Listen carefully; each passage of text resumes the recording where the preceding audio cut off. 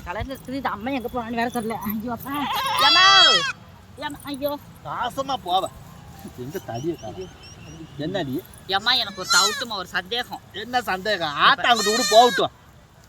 இதை வச்சு இவளை வச்சு தான் எனக்கு ஒரு சந்தேகமே. என்ன சந்தேகம்? இருங்கடி. என்ன இவ கருப்பா இருக்கிறானா? ஆமா பொம்பளை. இவ கருப்பா இருக்கிறானா?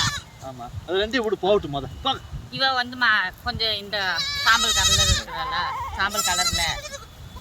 என்னடி பிரச்சனை? அவங்க 2 பேருக்கும் ஒரே அப்பா. அவங்க அப்பா கருப்பு. சரி. அவங்க அம்மாவும் கருப்பு. அதனால அவ மட்டும் ஏன் வெள்ளையா இருக்கிறா, இவ மட்டும் ஏன் கருப்பா இருக்கிறா? அதான் சந்தேகம்.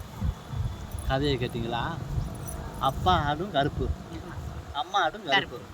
போட்ட 2 குட்டியில 1 கருப்பு 1 வெள்ளையா இருக்கும் இல்லையா?